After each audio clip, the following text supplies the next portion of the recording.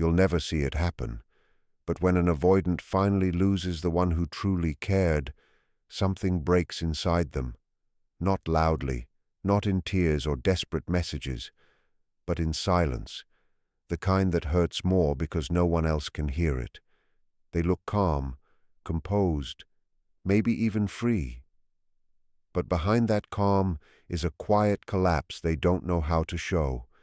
This is what happens when the one who always runs finally realizes they've lost the only person who stayed. You will never see an avoidant person break down in public. They don't plead, they don't chase, and they don't cry where anyone can see them. But don't let that calm exterior fool you. Their silence isn't peace. It's a kind of quiet punishment they give themselves. When someone with avoidant tendencies loses the person who truly cared about them, the world barely notices. On the outside, they appear steady, maybe even content. They might say, "It's probably for the best," or "I just need some space to focus on me." But inside, a quiet heartbreak begins to unfold, one that grows slowly and painfully in private. Avoidants don't express pain outwardly. They deal with it in isolation, where no one can see the cracks. Deep down, they feel loss just as deeply as anyone else. They're simply terrified of what that loss brings up: vulnerability, closeness, and the realization that someone actually saw them and cared, even when they tried to push that person away. At first, keeping control feels powerful. They tell themselves they've handled things well. But once the silence stretches, the emptiness starts to echo. They begin replaying memories, not the arguments, but the moments they felt genuinely loved despite their walls. That's when it hits them. That person truly cared, and they didn't know how to accept it. Avoidants show their pain in quiet ways, through distractions that stop working, through new relationships that feel empty, through the ache that no one else seems to care in the same way. Their pain doesn't show up in dramatic outbursts. It lives in the quiet aftermath. And by the time they're finally ready to open up, the one who once cared has already healed, learned, and moved forward. When someone with avoidant traits loses a person who genuinely cared, their first instinct isn't to look for comfort. It's to grab control. Control becomes their shield, their emotional armor that makes them feel safe, stable, and untouched by loss. To others, they appear composed, mature, even detached. They'll repeat things like, "It's for the best," or "I just need time to focus on myself." But those words are a mask, a way to turn deep emotional pain into something that sounds logical and neat. Inside, though, the truth is far more complicated. Avoidants feel heartbreak too. The difference is that they don't allow themselves to fully feel it when it happens. Many were raised, directly or indirectly, to believe that emotions make you weak, that needing someone is risky, and that showing your feelings gives people power over you. So when they lose the one person who truly cared, they don't cry or reach out. They suppress. They tighten their emotional control. They fill their days with routines, work, and distractions, anything that helps them stay in control. Control gives them stability, but it also keeps them stuck, unable to heal. What they're really doing is managing perception, both yours and their own.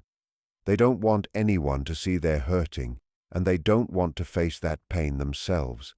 They'll replay the relationship over and over, not to miss you, but to justify why letting go was the right choice. They focus on the times they felt pressured or uneasy, repeating to themselves, "This is why it didn't work." It's a kind of emotional self-soothing. It reinforces their independence while keeping pain at a safe distance. But the more they try to control their emotions, the more those feelings quietly control them. The tension doesn't go away. It just hides beneath the surface.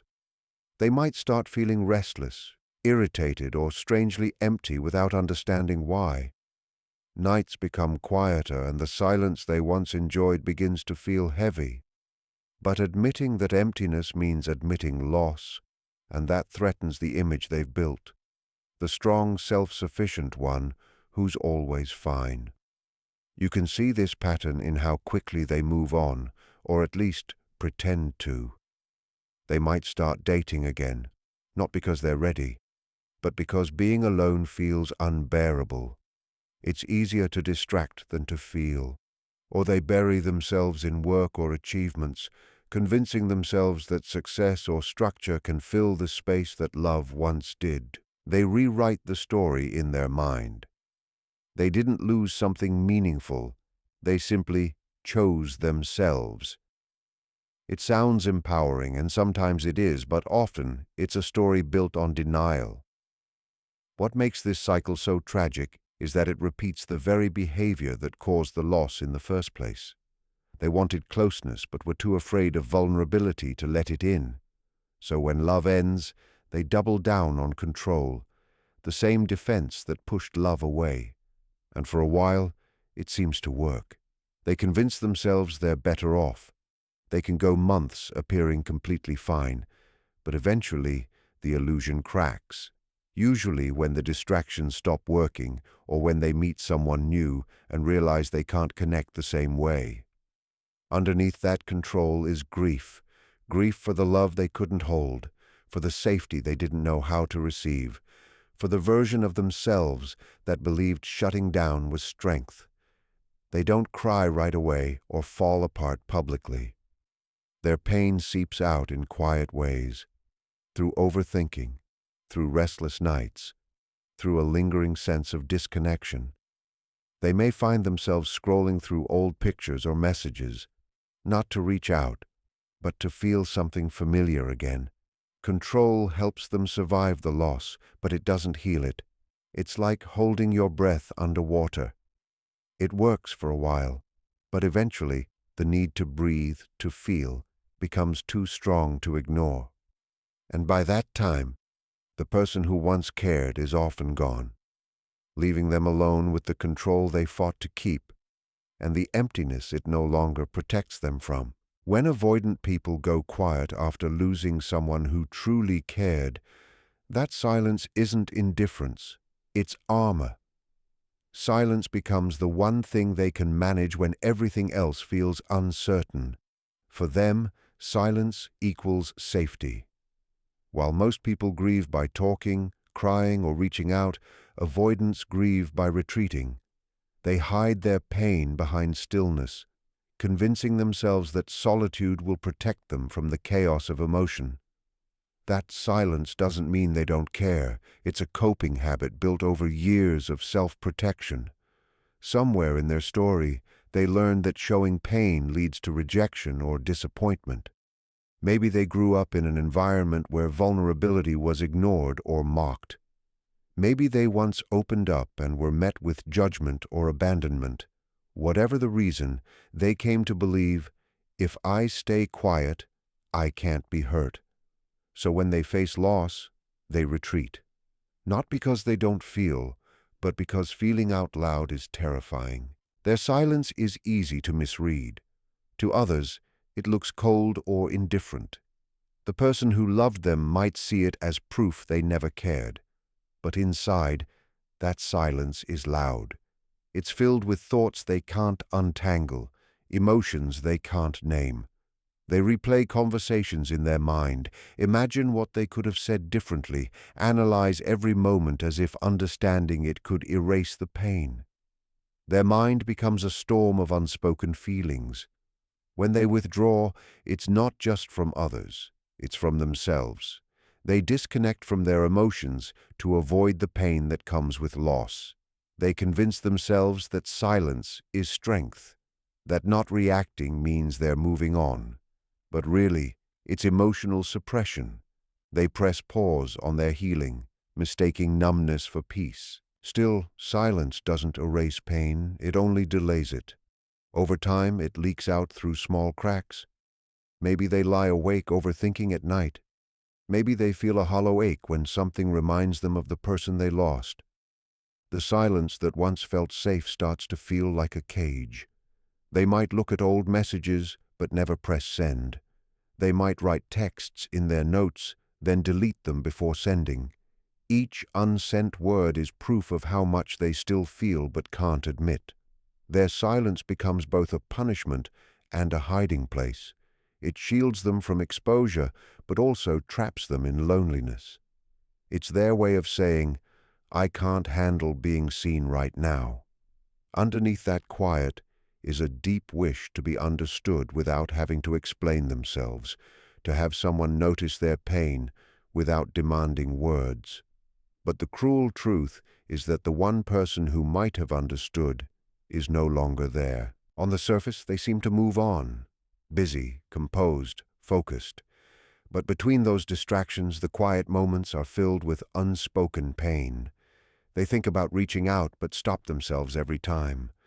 Pride mixes with fear, and fear wins. They tell themselves silence gives them dignity, but it's really just a shield against vulnerability. Beneath that composure often lies guilt. They know they pushed away someone who tried to love them. They know their inability to communicate cost them something real. But facing that means confronting feelings they've avoided for years. So they stay quiet, not realizing that silence doesn't protect them from pain. It preserves it.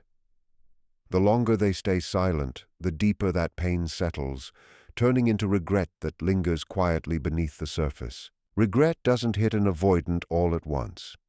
It creeps in slowly, like a shadow that follows them long after they've walked away. In the beginning, they may truly believe they did the right thing. They feel relief, a sense of freedom and calm after gaining back their space. They convince themselves that distance is peace, that they can finally breathe after feeling emotionally crowded. On the outside, it looks like they've moved on easily. They return to their routines, embrace their independence, and tell themselves losing someone who cared was simply part of life. But deep down, something starts to change. It begins with small reminders, a familiar scent, a song, a phrase the other person used to say. At first, they brush it off, pretending it's just nostalgia. But slowly, those memories multiply, weaving their way into the silence they tried so hard to maintain, until one day, the quiet they once needed becomes the very thing that hurts the most. They don't only remember the tension or the pressure they once felt, but also the comfort of being understood, the warmth of being truly seen by someone who cared even when they seemed distant. Slowly, the story they told themselves, that they were better off alone, starts to fall apart. The silence that once felt peaceful begins to feel empty. People with avoidant tendencies often confuse calmness with emotional numbness. After a breakup, they feel relief, not because they've healed, but because they've buried their emotions deep. They shut down their feelings so effectively that they mistake disconnection for clarity. But as time passes and the distractions fade, the emotions they once suppressed begin to rise again. They start to see small glimpses of what they lost, not through reason, but through longing. At first it's soft, just a thought that lingers too long, a moment when they want to share something with the person who's no longer there. These moments build up slowly until they can't ignore the ache anymore. Regret for someone who avoids closeness doesn't usually come as a loud apology or dramatic sorrow. It's quiet, internal. It comes when they're alone, when no one is watching, in the stillness of night, or when they come across something that reminds them of what it felt like to be cared for without conditions. They begin to remember the tenderness they once took for granted. They realize that the person they pushed away didn't want to control them. They only wanted to love them. That truth is painful because it exposes the flaw in their defense. Their fear of losing control made them lose something they'll never replace. The hardest part for them is that regret always comes too late. When they finally feel the weight of what they lost, the other person has often already healed and moved on.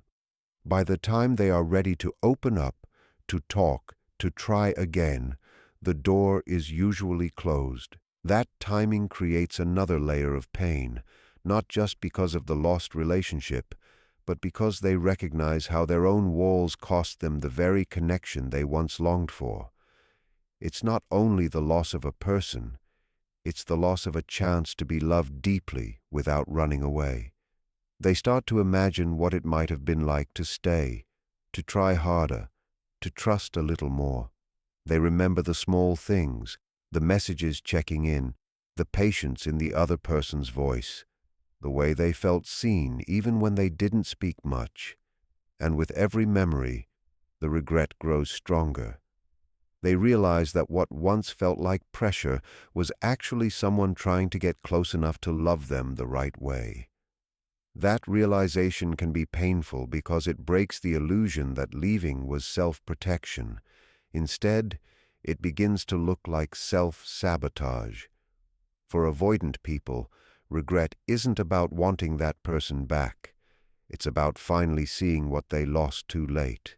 It's about recognizing love clearly only after it's gone. They rarely reach out to fix things. Pride and fear often hold them back. But inside, they replay every moment when they could have chosen differently. They tell themselves it wasn't meant to be, that the breakup was inevitable. But deep down, they know it wasn't fate that ended things. It was fear. And that truth stays with them far longer than the relationship ever did. Disconnection becomes their silent punishment, the invisible result of losing someone who genuinely cared. When the relationship ends, they don't immediately feel pain. They feel relief first. Relief from emotional expectations, from vulnerability, from the closeness that made them uneasy. They tell themselves they needed this distance, that now they can finally breathe, but the space they wanted so badly begins to grow too large. What once felt like freedom starts to feel like emptiness. The distance that once protected them begins to sting in ways they can't explain.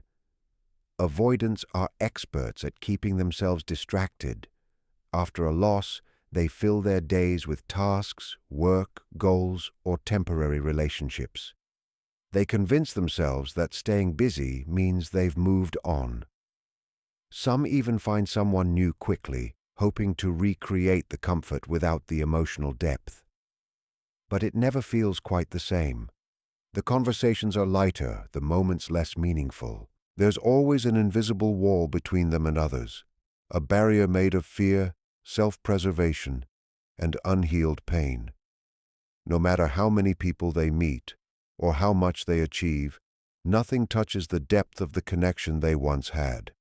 The disconnection isn't only from others, it's also from themselves. By avoiding emotional openness, they also block their ability to experience deep joy or closeness. They begin to live in an emotional fog where everything feels muted. They can smile, work, and socialize, but underneath it all, there's a quiet emptiness. It's not that they don't want connection. They do. But the closer someone gets, the more they fear getting hurt again. So they keep people at a safe distance, mistaking safety for peace and independence for happiness. Over time, this emptiness becomes harder to ignore. They might look around one day and realize that the walls they built to protect themselves have left them completely alone. There's no one to check in on them, no one who really knows their heart, no one who sees behind their calm mask. They think about the person who cared, the one who noticed the details, who listened without judgment, who loved without needing permission, and then it hits them. They pushed away the one genuine connection they had because they were too afraid to let it in. That awareness leaves a quiet ache that doesn't fade quickly. Avoidants often try to fill this emptiness with surface-level comfort. They throw themselves into self-improvement or convince themselves they're focused on growth when really they're running from stillness, because stillness forces them to feel. They scroll endlessly, chase temporary excitement, or bury themselves in work just to avoid the silence. But emotional emptiness can't be fixed through busyness. The The disconnection continues because it's not about the outside world. It's about what they refuse to face inside themselves. There's also irony in how they experience love after that. Even when someone new shows them genuine affection, it feels uncomfortable. Acts of love that once meant care now feel invasive. Compliments make them uneasy, affection feels overwhelming, and vulnerability feels like a trap. So they retreat again, convincing themselves that nobody can truly understand them. What they don't see is that the problem isn't the lack of love around them, it's their own inability to accept it. As time moves forward, the loneliness starts to feel heavier. The noise of distractions quiets down, and they start craving something real again.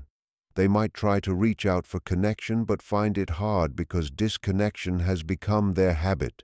The emotional strength that once helped them trust and open up has weakened.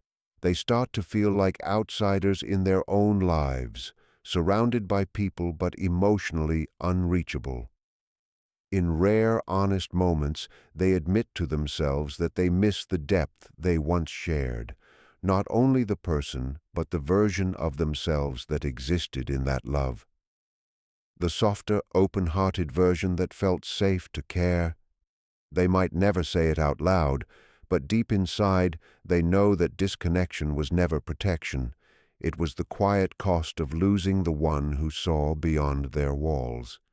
And the hardest realization of all is that they built those walls themselves. For someone with avoidant tendencies, real healing doesn't begin in silence or in control. It begins when they finally face what they've spent so long running from. Ownership becomes the turning point, the moment they stop blaming timing, circumstances, or the other person, and start acknowledging how their own fears contributed to the loss. It's not an easy process. Avoidants are used to explaining their pain away, turning emotions into logic. But healing demands honesty, vulnerability, and the courage to feel what they've been avoiding. At first, they resist. They tell themselves they're fine, that the past doesn't matter anymore, that they've learned their lesson. But deep down, something still feels incomplete. They notice patterns repeating, the same distance, the same failures to connect, the same quiet emptiness no matter who they're with. Eventually, the pattern becomes too clear to deny. They begin to see that the issue wasn't the people who tried to love them. It was their own fear of letting love in. That realization hurts because it reveals that much of their pain was self-created. Taking ownership is painful because it breaks the illusion of control. It means admitting that the walls they built to feel safe also blocked the love they truly wanted. It means realizing they pushed away someone who cared, not because that person was wrong, but because closeness scared them. Avoidants often carry a deep fear of being abandoned or judged. Instead of risking rejection, they reject first. But once they recognize this pattern, something changes inside them. The defenses that once felt like armor start to feel like chains.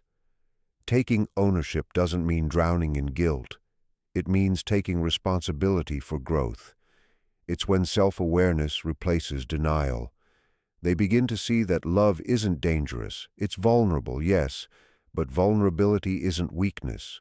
True strength isn't in control. It's in openness. Healing shows up in small, brave acts, admitting when they miss someone, allowing themselves to feel sadness without judgment, reaching out to a friend instead of isolating, or simply sitting quietly with their emotions. In those honest moments, transformation begins. They start to value emotional truth, not just with others, but with themselves. They connect the dots between fear and behavior, between longing and avoidance. Slowly, they stop glorifying independence as the only goal and realize that real peace comes from balance, being able to stand alone without needing to stay alone. As they take ownership, their idea of love shifts. They stop seeing relationships as threats to freedom and start seeing them as spaces for growth. They realize that the one who cared wasn't trying to control them, but to meet them where they were. That understanding may come too late to fix the past, but it builds the foundation for a better future. It teaches them to value presence over pride, communication over silence, and connection over fear. Taking ownership also brings empathy. They begin to understand how their avoidance hurt others, how their silence may have felt like rejection, how their distance caused pain. This awareness doesn't just make them better partners, it makes them more compassionate humans. Healing isn't about erasing the past or pretending it never happened. It's about learning from it, forgiving themselves, and allowing their hearts to open again, even if it's scary. For the first time, they realize that real peace isn't in avoidance, it's in acceptance. Acceptance of their flaws, their feelings, and their need for connection. They finally see that love was never the threat, fear was. And when they take ownership of that, when they stop running and start feeling, they begin to move from self-protection to self-awareness, from loneliness to peace. When someone with avoidant patterns loses the person who truly cared, what hurts most isn't the absence of emotion, it's the delay of it. They don't break down immediately. They unravel quietly over time. Their story isn't about villains or victims. It's about fear. Fear of being seen, fear of needing, fear of losing control. But love was never the danger. Love was the mirror. It reflected their capacity to feel, to connect, and to grow. Healing starts the moment they stop hiding from that truth. It begins when they look back, not with guilt, but with understanding. When they finally see that the one who cared never asked for perfection, only presence. When they realize that vulnerability doesn't destroy love, it deepens it. That's when they finally begin to grow beyond avoidance and into awareness. So if you've ever loved someone who couldn't meet you halfway, remember this. You didn't lose because you cared too much. You showed them what love really looked like, and even if they couldn't accept it then, it will echo within them long after you're gone. And if you're the one who pushed love away, know that it's never too late to choose differently. You can't rewrite the past, but you can change how you love from now on. Healing begins the moment you stop running from the parts of yourself that needed love the most. Thank you for being here, for listening, and for letting these words reach you. Whether you're healing from being the one who cared or the one who couldn't receive it, remember, love isn't lost. It's waiting for you on the other side of understanding. Take care of your heart, keep it open, and trust that growth always follows awareness. Thank you for your time, your attention, and your willingness to feel. Until next time, stay kind, take care, and never stop choosing growth over fear.